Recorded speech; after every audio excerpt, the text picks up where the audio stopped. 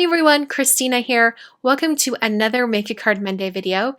Today I'm going to be creating a card using the Baked with Love stamp set from Lawn Fawn, and it's going to be a card that has lots of watercoloring on it. So I've cut out some watercolor paper. This is Strathmore watercolor paper and it's cut to 4.5 by 4.5. I'm going to use one of these circle dies from Lawn Fawn, but not as a die, but just as a template to draw on a circle. And I'm going to take a pencil and just trace the inside of this circle. And then I'm going to be stamping a bunch of the stamps from the stamp set in StazOn Jet Black ink. Like I said before, I'm going to be doing some watercoloring, so I needed to use a waterproof ink. So I'm using my Misty tool today, and this is because I knew with the texture of the watercolor paper I might not get a really clean impression the first time I stamped. So that's why I'm using the Misty, because you can place your paper on the left side and put your stamps on the right, and then you can swing over that plate that has the stamps on it and stamp down. And if you don't get a good impression, you can re-ink the stamps and do it again. And I'm glad that I decided to break out my Misty tool for this in particular, because what I had feared would happen did. And I didn't get a really good clean impression on some of the stamping. You'll notice that stick of butter and also that spoon and the bottom half of the stand mixer that isn't very dark, and that's because I just didn't press down hard enough in that area. So I inked up the stamps once again, and then I just had to swing over the stamps and then really press down and make sure I get those areas well pressed down onto the cardstock or onto the watercolor paper. And this time it worked much better. So I'm glad I used the Misty tool for that. After I had that initial stamping done, I just used a smaller acrylic block and stamped the other images and just around to fill out the area. The reason I didn't use the Misty tool for this was because it was just easier to stamp a few at a time, but I did want to stamp all those original ones in the center of that circle all at once, because I wanted to make sure that those images were spaced just right. You don't have to use the Misty tool for that, but I thought it just made it a little bit easier. So now I'm using some watercolor paints to paint in the images here, speeding up the video process so it doesn't take quite as long. And I'm only going to color in the interior of that penciled circle, so I'm not going to be painting the outside of these images that are beyond the circle. I'm sort of making this sort of like a spotlight of color.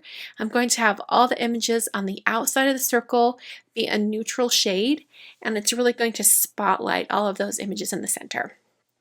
The watercolor palette that I'm using today is from Kuretake Zig. This is the Gansai Tambi watercolor set. This is the 36 set. You guys saw me use this last week, and I've just been really loving this watercolor set. So after I painted all of the images, sorry, I'm losing my voice today. After I painted all of the images, I took some tumbled glass distress ink just because I wanted a really pale blue, and there really wasn't this particular blue color in the watercolor palette. It was all a little bit too bright or too muted, and I wanted to have this kind of, well, this blue color. that was the color I was looking for. So I just used some distress ink.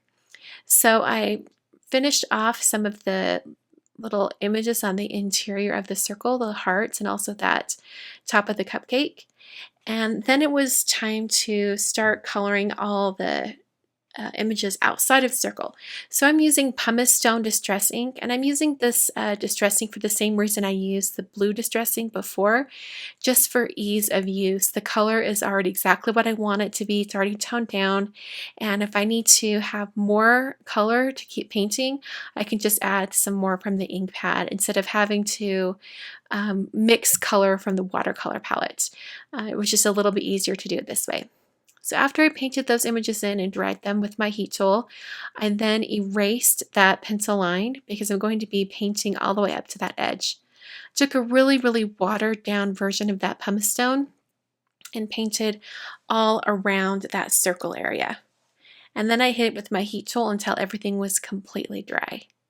So I'm going to be working on the sentiment area for this card, and at first I was going to have the sentiment on vellum, which is why you see it up in the top of the screen, embossed on vellum, and instead I decided that I was going to watercolor paint a little strip of watercolor paper and then emboss that greeting from the stamp set on the watercolor paper. And this just made it so the greeting or the sentiment stood out a little bit more. So I just heat set that until it was completely dry because I'm impatient and I didn't want to wait for it to dry. And then I prepped that watercolor strip with my EK6S pattern tool and then stamped the greeting in Versamark ink. I then sprinkled on some white embossing powder. This is from Hero Arts. And then I took my heat tool and heat set this until it was completely melted. After that, I put foam adhesive on the back and then adhered that down onto the watercolor piece, which was already on a 4 1/4 by 4 1/4 inch card. And then added a little bit of shimmer using my Wink of Stella clear glitter brush pen. And that will finish up the card for today. Hope you guys enjoyed today's card. I think this kind of spotlight watercoloring or coloring would be fun on a lot of other types of cards. Thank you so much for watching, and I will catch you guys next time.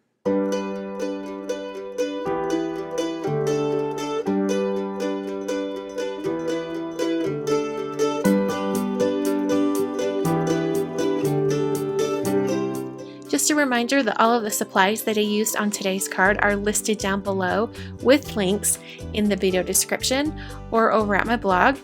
On screen right now are my most 3 recent Make a Card Monday videos. So if you want to get some more card inspiration, go ahead and check those out. You can visit my blog at kanewernerdesign.com, and you can visit me on social media at Instagram, Twitter, Facebook, and Pinterest. Thanks for watching, and I'll catch you guys in the next video.